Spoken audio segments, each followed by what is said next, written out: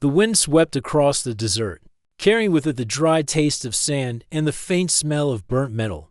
Lyra walked slowly, her boots crunching over the loose stones and scorched earth. She was tall and slender, her pale green skin marked with faint lines that showed her age and strength. Her people were not native to this world, but she had walked these lands long enough to know every shape of the dunes. In every whisper of the wind, ahead of her stood what was left of the camp. It had once been a human outpost, a small circle of tents, cargo crates, an armored vehicle stationed at the edge of the colony's defensive line.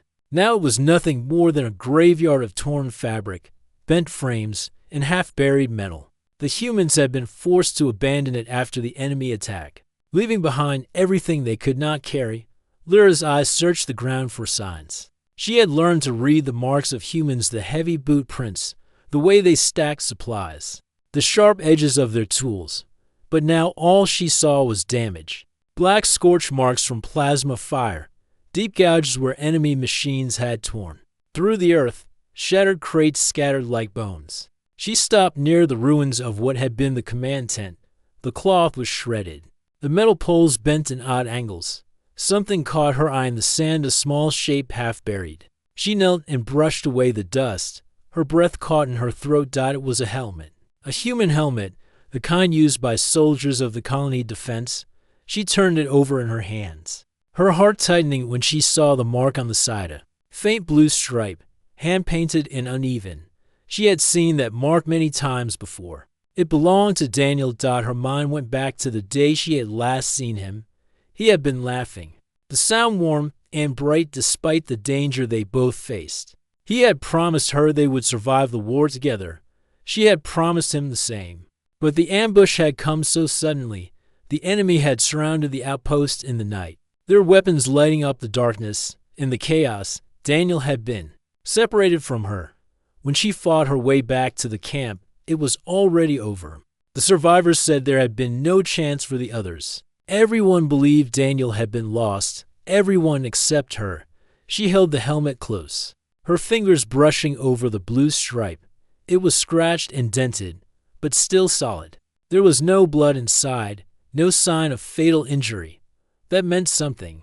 To her, it meant maybe he had survived. She could not accept the idea that his story had ended here in the sand. Her people often told her that humans were fragile compared to other races. But Lyra had learned that Daniel was anything but fragile. He had a way of enduring, even when the odds were against him. That memory was what had brought her here, walking alone into a dangerous wasteland. The wind picked up, and she rose to her feet, scanning the horizon. The sun was low, a pale disk behind a haze of dust. Far to the east, jagged rocks cut across the horizon, forming a ridge. She remembered Daniel saying that if the camp was ever overrun, he would head for the ridge. It offered shelter and a good vantage point. If he had escaped, maybe he had gone there. Lyra took one last look at the ruins of the camp. She could feel the weight of silence here, as if the land itself remembered the battle. The only sound was the wind moving through broken metal. She turned and began walking toward the ridge. Her movements were steady and careful. The desert was not empty. Enemy patrols still roamed these areas, and the wild creatures that lived here were just as deadly. Her long rifle hung across her back, and she kept one hand near the blade at her belt. As she moved, she thought about the bond she had with Daniel. At first, she had not understood humans. They were loud, stubborn, and too quick to throw themselves into danger. But over time, she had come to see that their stubbornness was not carelessness. It was a will to survive, a refusal to give up even when all logic said they should. Daniel had once told her that giving up was the same as losing before the fight had even started. She had remembered those words many times, and now they guided her steps. The journey to the ridge took hours. The sun sank lower, and the shadows stretched long across the sand. When she finally reached the base of the rocks, she paused to drink from the water flask at her side. The climb ahead would be difficult, but from the top she would be able to see far in every direction. Halfway up, she found something that made her stop. A rope tied to a rock, hanging down the cliff face. The knots were in a style she recognized human. Military standard. Her pulse quickened. She followed the rope upward, her hands gripping the worn fibers. At the top, she pulled herself onto a narrow ledge. There, in a sheltered corner of the ridge, she found the remains of a small camp, a human camp. A piece of tarp stretched between two rocks for shade. The remains of a fire pit, the ash still faintly visible, and beside it, an empty ration pack. Its label faded, but still readable in human script. She picked up the pack and studied it. The manufacturing date was recent for it to have been left during the original battle. Her mind raced. Someone had been here not long ago. Someone human. She set the pack down and let herself breathe for a moment. The desert was quiet, but this time the silence felt different. Not empty, but waiting that Daniel could be alive. The thought settled into her chest like a steady flame. She could almost hear his voice. The way he said her name. She knew this was only the first step, but it was enough to keep her moving forward. As the last light of day faded, Lyra made a decision. She would not return to her people. She would keep searching until she knew for certain what had happened. To him, she would not stop. The desert night was cold when it came, but she sat near the old fire pit, her rifle across her lap. Somewhere out there, Daniel was either alive or lost forever. She had to believe in the first. It was the only way. She could face the long road ahead. The desert sky was still dark when Lyra opened her eyes. She had not slept much. The ledge where she had rested was high and safe from most predators, but her mind had been full of thoughts. The empty ration pack she had found the night before lay beside her, and she kept staring at it, as if it might speak. She knew it was a sign. Someone human had been here not long ago, and there was only one human she was looking for. The air was cold in the early morning. She stood, stretched her arms, and scanned the horizon. The land below was endless sand and jagged stone. Far to the north, thin clouds drifted over a ridge of black hills. The wind carried the smell of dust and something faintly metallic.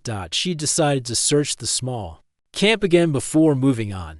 She examined the fire pit more closely, running her fingers over the ash. It had been cold for several days, but not long enough for the traces to disappear. Whoever had been here had left in a hurry.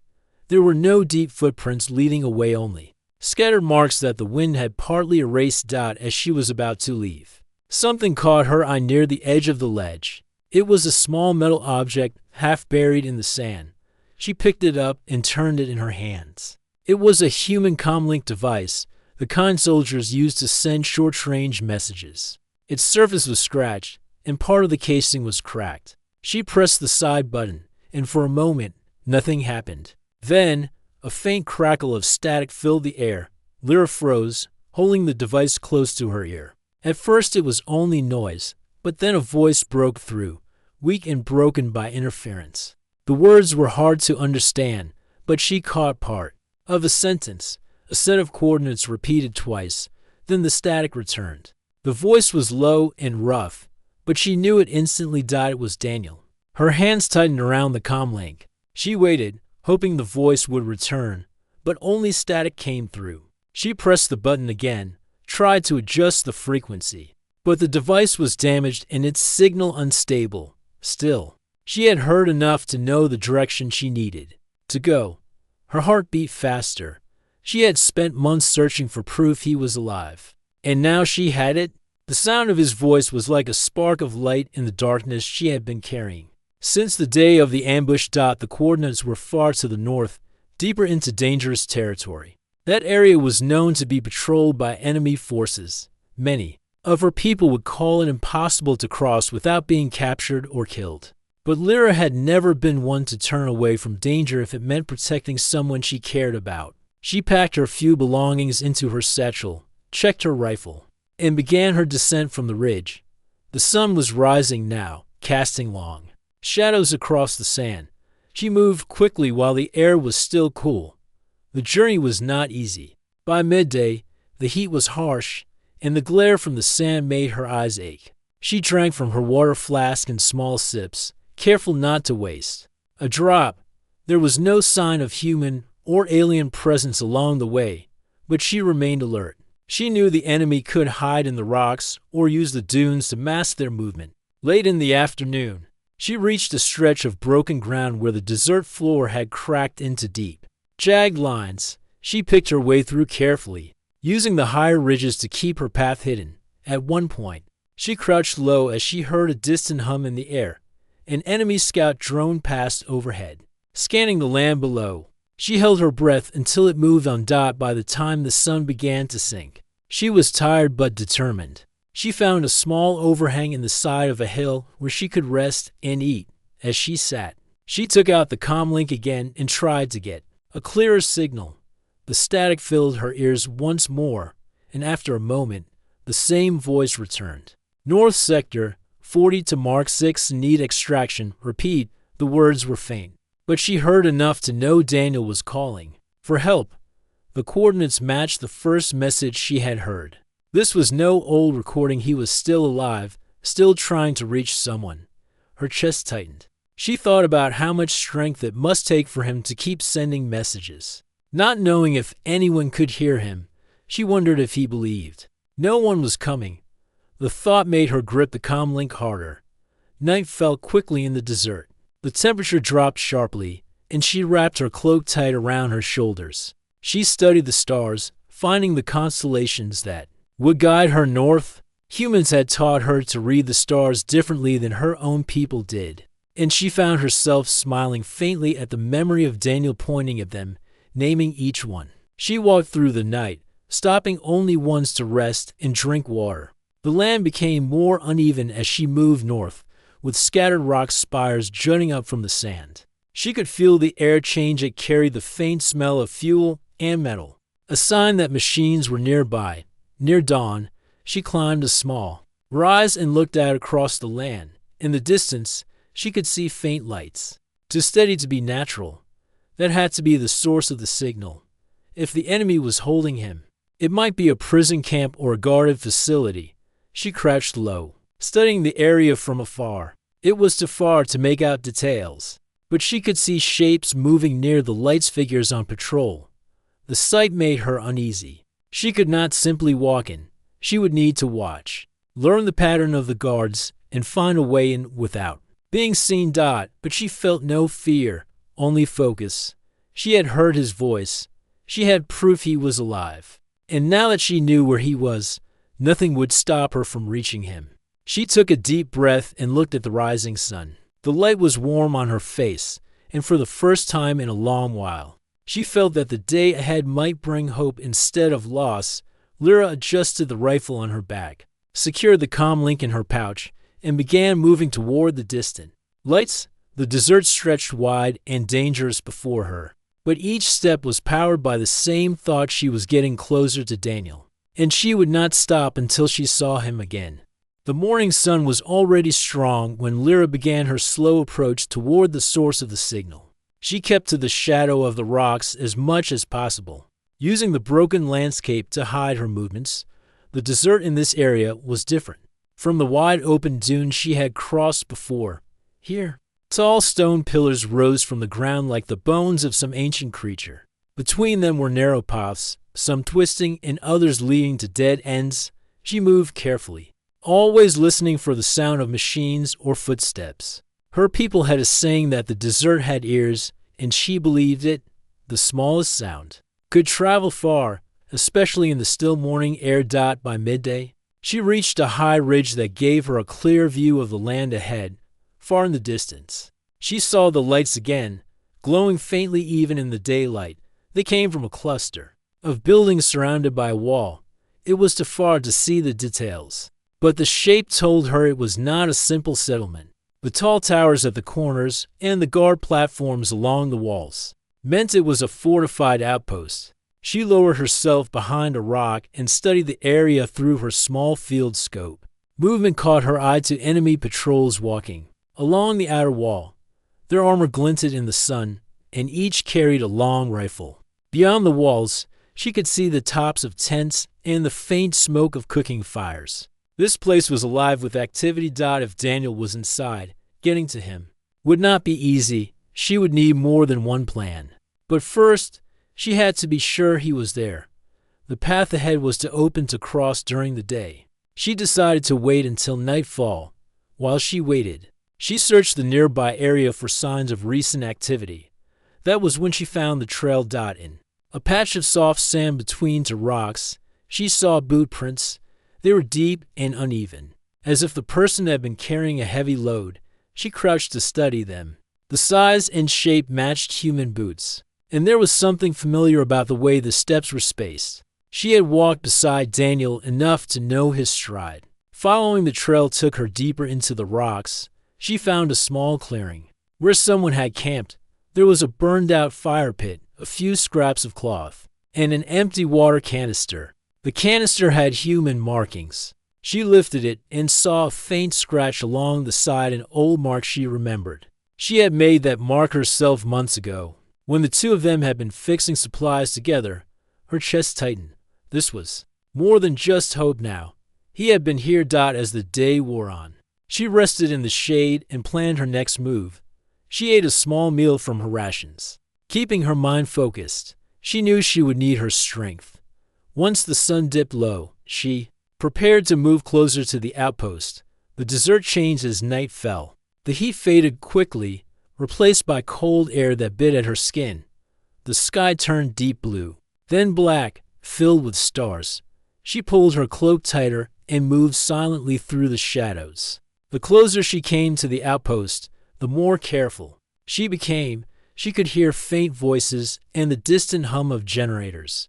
The smell of burning fuel drifted through the air. She reached a low ridge about 300 meters from the outer wall and lay flat. Using her scope to study the patrol patterns, the guards moved in pairs, circling the wall every few minutes. There were spotlights sweeping across the open ground, and she noted the timing. Each sweep left a brief window of darkness between passes. If she moved carefully, she could get closer without being seen. She shifted her attention to the inside of the wall. In a small open yard, she saw prisoners moving crates under guard. The light was dim, but she counted at least 8 of them. They were thin and tired, dressed in rough clothing instead of uniforms. Most were alien traders or settlers, but she kept searching for a human face. Her breath caught when she spotted him. He was near the far side of the yard, carrying a heavy crate toward a stack. Even from this distance, she knew it was Daniel. His hair was longer than she remembered, and his clothes were torn, but his posture was the same. He moved with effort, his steps slow from exhaustion, but he was alive. Lyra's hands tightened around the scope. She watched him for a long moment, hardly believing her eyes. After so many weeks of searching, she had finally found him. Relief washed over her, but it was quickly replaced by the knowledge that finding him was only the first step. Getting him out would be the real challenge. She forced herself to pull back from the ridge before she was spotted. Once she was safely hidden among the rocks again, she sat in the darkness and began to think. A direct attack would be too dangerous. She would need to learn more about the guards, the gates, and the routines of the camp before attempting anything. That meant staying close for at least another day, maybe longer. Her mind went over the supplies she had. She had enough food and water for a few days, a rifle with limited ammunition, her blade, and a small set of tools. It was not much, but she had learned to make do with less before. The most important thing she had was determination. She glanced up at the stars, letting their light steady her thoughts. Somewhere inside those walls, Daniel was working under the eyes of the enemy. She could not speak to him yet, could not let him know she was there. But she promised herself that soon he would see her, and when that moment came, she would not let him be taken from her again. The night grew colder, and the wind whispered through the rocks. Lyra found a narrow space between two stone walls where she could rest until morning. She sat with her back against the stone, her rifle across her knees, and listened to the distant sounds of the outpost. Every voice, every footstep, every hum of machinery reminded her that Daniel was so close now. In the darkness, she allowed herself one small smile. The hunt was no longer for signs or clues. She had her answer. He was alive, and now the real work would begin. The first light of morning crept over the desert. painting the sky in soft orange and pale gold. Lyra had not slept much. She had spent most of the night watching the lights of the outpost, studying every movement of the guards. Now, with the day beginning, the enemy activity increased from her hiding place among the rocks. She raised her field scope and scanned the outer walls again. The guards changed shifts at sunrise. The night patrols returned to the gate, and fresh soldiers took their place. She counted their numbers and noted how many patrolled each section. She noticed that the towers at the corners had 2 guards each, but the central wall stretches had only 1 at a time. The open ground between the wall and the surrounding rocks was dangerous. It was well lit at night and exposed during the day. She would have to find a way inside without crossing it in full view. Her eyes moved to the gates. The main gate was to secure, with heavy metal doors and armed guards stationed there at all hours. The smaller supply gate on the eastern side looked less guarded, but it was still watched. She set the scope down and closed her eyes for a moment, thinking through possibilities. She knew she could not rush this. If she tried too soon and failed, the enemy would move Daniel to a more secure location or worse. She needed to learn more before acting.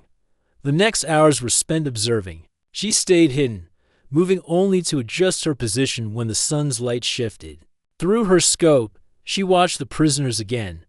They were made to work in the yard, carrying crates, repairing damaged equipment, and cleaning the grounds. Daniel was among them, and she could see how tired he was. His steps were slow, his shoulders bent with fatigue, but he kept moving, never showing weakness in front of the guards. Once, he paused to rest for just a moment, leaning against a wall. A guard shouted at him and struck the crate he was carrying with the butt of a weapon, forcing him to move again. Lyra's grip on her rifle tightened. Every instinct told her to charge in, but she forced herself to stay still.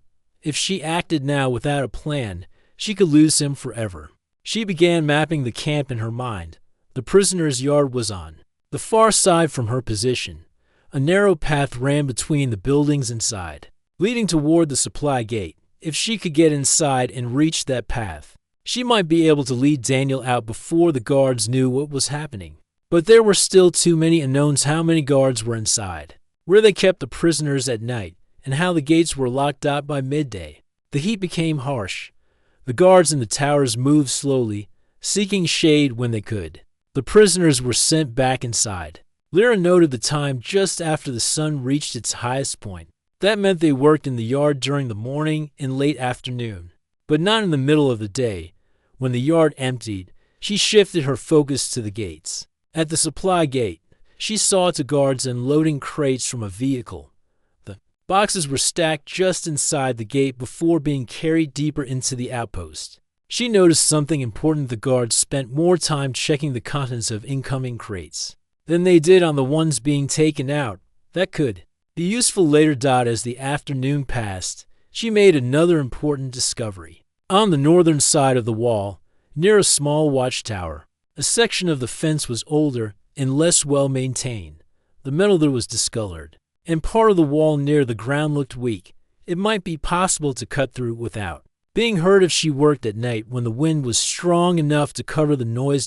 By sunset, she had the beginnings of a plan. It would take at least 2 nights to prepare. The first night, she would get closer and find out where the prisoners slept. The second night, she would find a way to open the path for escape. She would need to act on the third night, when the guards expected nothing unusual. She waited for darkness to fall before moving from her hiding place. The air grew cold quickly, and the stars returned above, keeping low. She crept closer to the outpost. She avoided the patrol lights, timing her movement to match the sweep of the spotlights. Each time she froze in the shadows, she listened for footsteps or voices before moving again. Soon she was close enough to hear faint sounds from inside the walls, footsteps on stone, the clink of metal tools, and the muffled voices of guards speaking in their own language. She circled carefully until she found the rear section of the camp. From there, she could see a row of low, long buildings. Small lights glowed in narrow windows, and shadows moved inside. She guessed these were the barracks for prisoners. She stayed hidden for over an hour, watching the routine. Guards escorted small groups of prisoners into the buildings and locked the doors. Once inside, the prisoners did not leave until morning.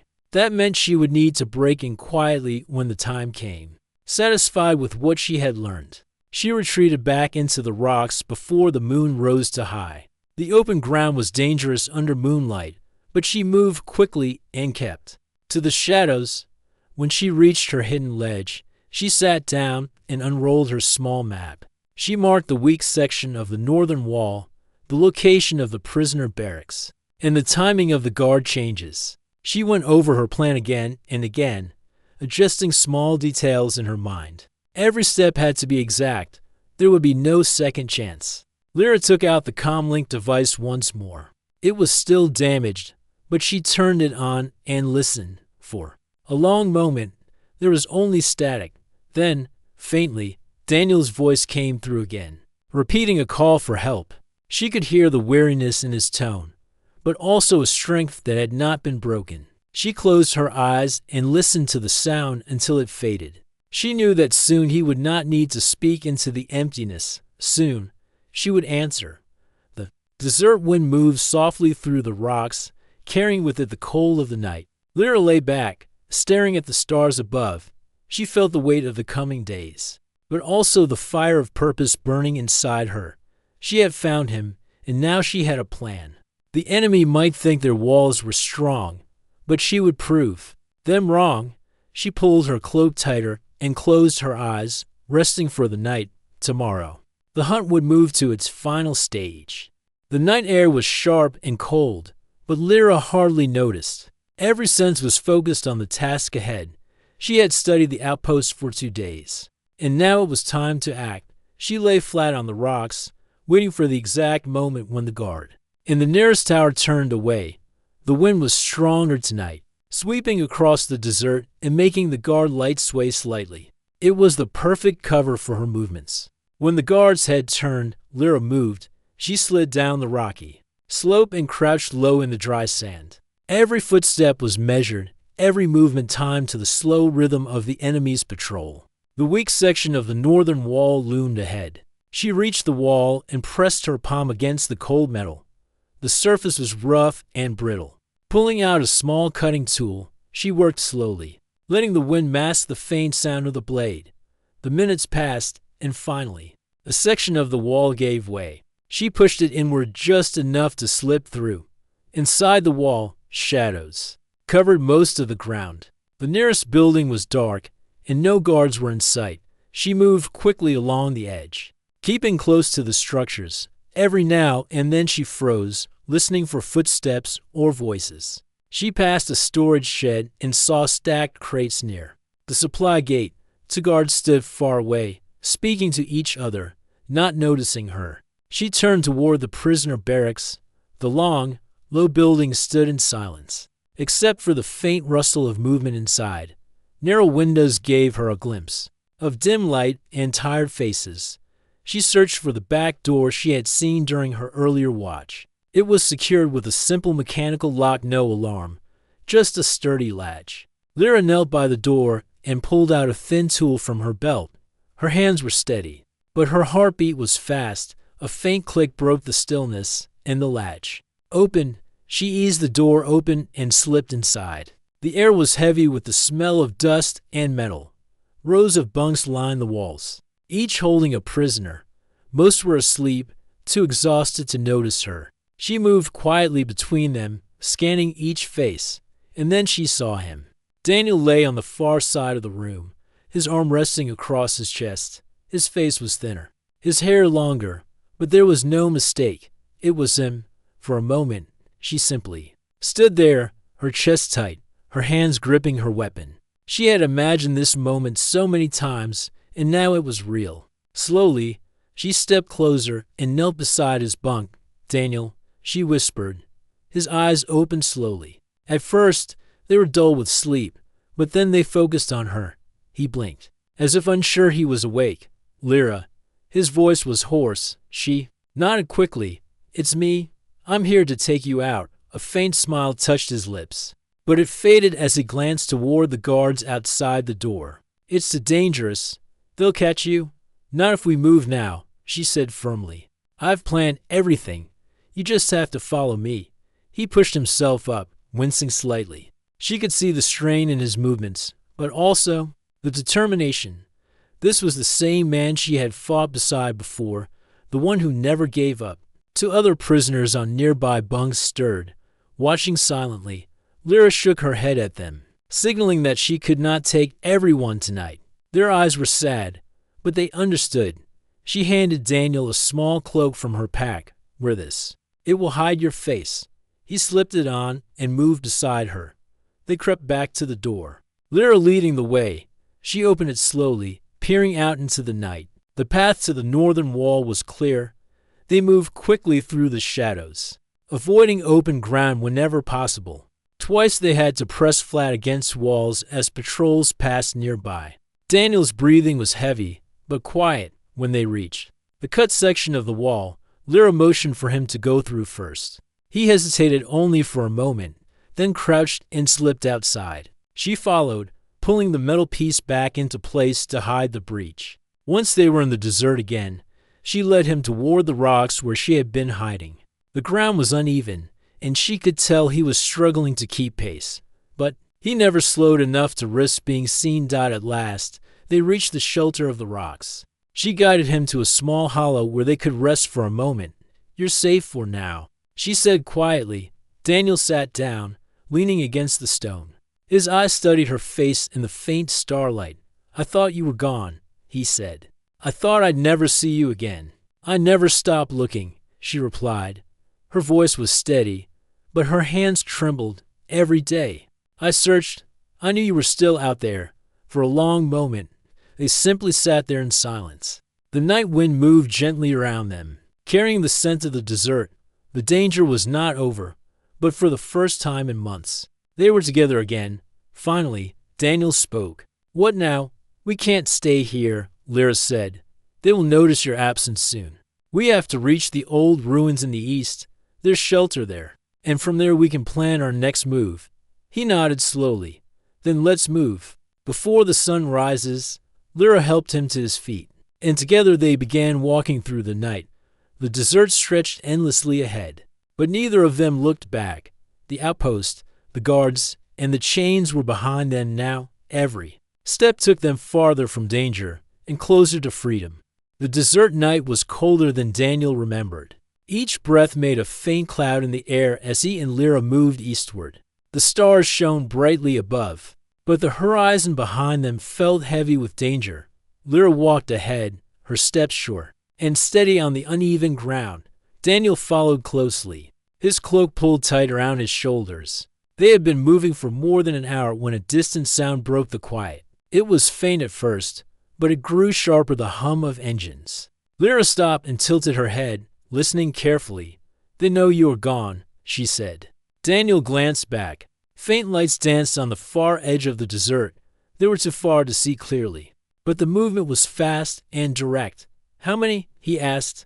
More than one vehicle, Lyra replied. They will search in every direction, but they will send most toward the east. We have to move faster. She changed direction slightly, guiding them toward a series of low ridges. The sand was soft there, making their steps harder but also quieter. Daniel could feel his muscles straining, but he forced himself to keep pace. As they climbed the first ridge, Lyra stopped suddenly and pointed toward a dark shape in the distance. That way, she said. There's an old dried riverbed. If we follow it, it will hide our tracks. They descended quickly, their feet sinking into the loose sand. The riverbed stretched ahead like a shallow trench. The sides rose high enough to shield them from view, but not so high that they could not see the stars above. For a time, they walked without speaking. The sound of the engines came and went, sometimes fading, sometimes growing louder. Lyra kept glancing upward at the ridges, checking for movement. Then a sudden glare lit the sky behind them. A searchlight swept across the desert, its beam cutting through the night. Lyra pushed Daniel toward the shadow of the riverbank wall. They crouched, low as the beam passed overhead. They are close, Daniel whispered. Yes, she said, her voice calm. But we are not caught yet.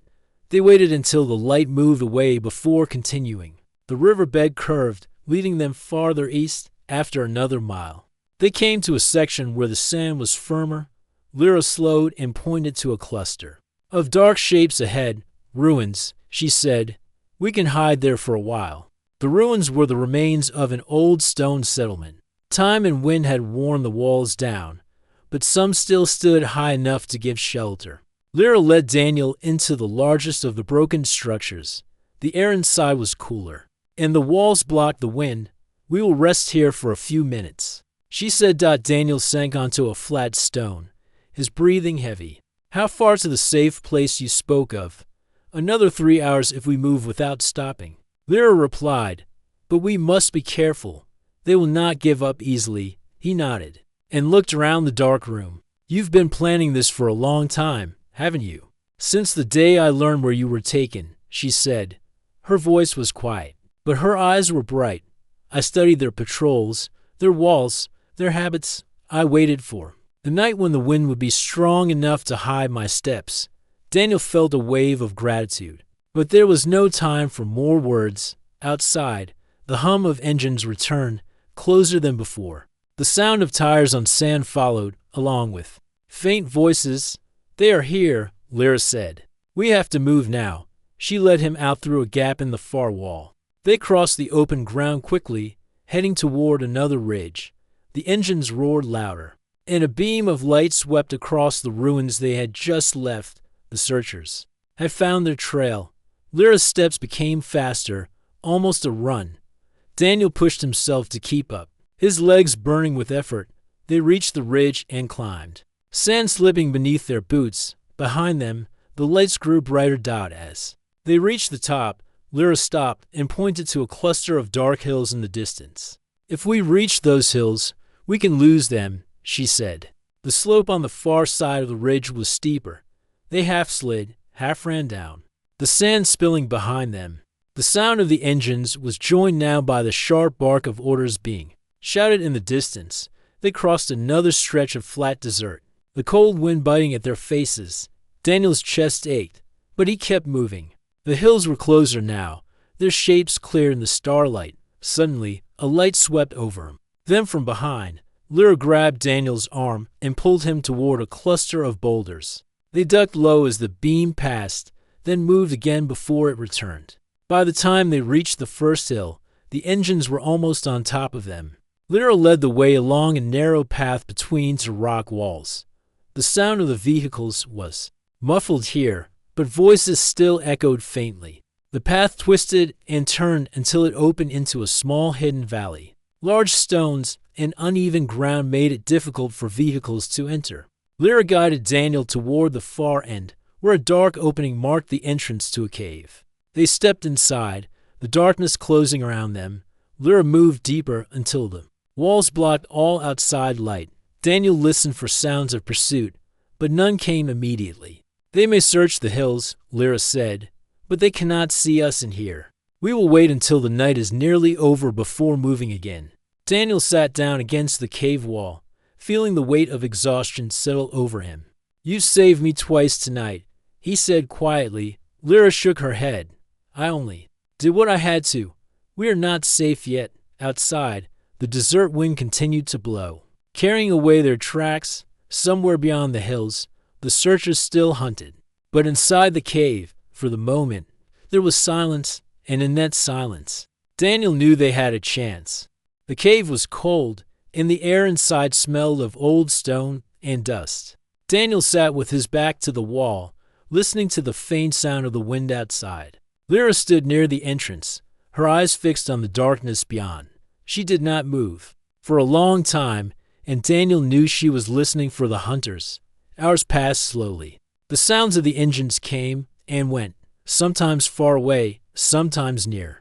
Each time the noise grew louder, Lyra would motion for silence, and they would wait. But the hunters never came into the cave. When the sky outside began to lighten, Lyra turned to Daniel. It is time, she said. Daniel stood, his body stiff from the long rest.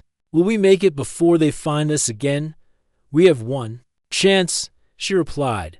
Once the sun rises fully, the heat will make them slow, but it will make us slow too. We must reach the safe ground before that. They stepped out of the cave into the pale morning light. The desert stretched ahead, endless and still. The hills gave way to a wide plain, and beyond that, Daniel could just see the faint green of distant trees. "That is our destination," Lyra said, pointing toward the horizon. "There's water there, and people who will help." The path was rough, full of stones and dry plants that crunched under their feet. The early sun painted long shadows, and the air began to warm quickly. Daniel felt the sweat forming on his forehead, but he kept moving. Lyra set a steady pace, her eyes scanning the plain for danger.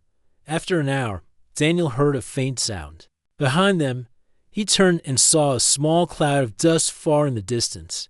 "They're still coming," he said. Lyra glanced back. "Then we must move faster." They began to run, though their steps were uneven on the rocky ground. Daniel's legs ached, but the sight of the green ahead gave him strength. The line of trees was closer now, and the thought of shade and water pushed him forward. The sound of the engines grew louder again. Daniel risked another glance back and saw the dust cloud growing. The hunters were gaining. Lyra spotted a shallow depression ahead and pulled Daniel toward it. "We will cross here," she said. "It will break their line of sight for a moment." They slid down into the depression and climbed out the far side, their hands gripping the dry earth for support. The moment they reached the top, they ran again, their feet pounding the ground. The trees were only a short distance away when the first shot of light from a search beam swept across the plain. Daniel felt his chest tighten, but Lyra's voice was firm. "Do not stop." They broke into a sprint. The green grew larger, and Daniel could see the glint of water between the trunks. The sound of the engines was almost at their backs now. When they reached the first trees, Lyra turned sharply to the right, leading Daniel into the shade. The air was cooler here, and the smell of leaves and water filled his senses. They moved quickly through the undergrowth, following a narrow trail. After a few minutes, the sound of the engines faded behind them. The trees were too thick for the vehicles to pass easily. Lyra slowed, listening carefully. "They will search on foot now," she said, "but we are close." The trail led them to a small clearing where a stream flowed gently over smooth stones. On the far side of the stream stood 3 figures, 2 humans and 1 alien. All 3 carried simple tools, not weapons, when they saw Lyra and Daniel. One of the humans stepped forward. He was tall, with sun-browned skin and calm eyes. "You made it," he said. Lyra gave a small nod. "We need shelter," she said, "and food and water." The tall man glanced at Daniel, then back at Lyra. "You will have all of that. Follow us." They crossed the stream, the cool water splashing over their feet. On the other side, the path wound through more trees until they came to a cluster of small huts built from wood and stone. Smoke rose from a fire in the center of the clearing, and the smell of cooking food filled the air. Daniel felt his knees weaken. After so many days of fear and running, the sight of safety made his eyes sting. Lyra noticed and placed a steady hand on his shoulder. "You are safe now," she said, for the first time since his capture.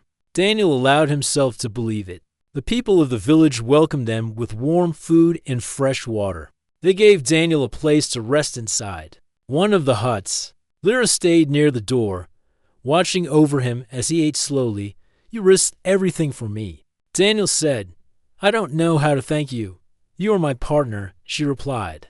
"Your life is worth more than any risk." Daniel looked at her for a long moment. "When they told you I was gone, did you believe it?" Lyra's gaze softened. "For a moment, yes, but then I remembered who you are, and I decided that as long as I had breath, I would search." The words struck deep into Daniel's heart. He reached for her hand, and she did not pull away. Outside, the wind moved gently through the trees. The danger was still somewhere beyond the horizon, but for now, they were free. The village would hide them until they were strong enough to travel farther, and together, they would choose their next path. That night, Daniel lay on a bed of woven mats. Listening to the quiet sounds of the forest, Lyra sat nearby, her eyes on the doorway. She had not forgotten the hunters, but there was no fear in her face. For the first time in many long nights, Daniel closed his eyes without dread. In his last waking thought, he knew that no matter where they went next, they would face it side by side. And in the morning, they would begin again not as captor and rescuer, but as two souls bound by trust, courage, and the unshakable will to live free.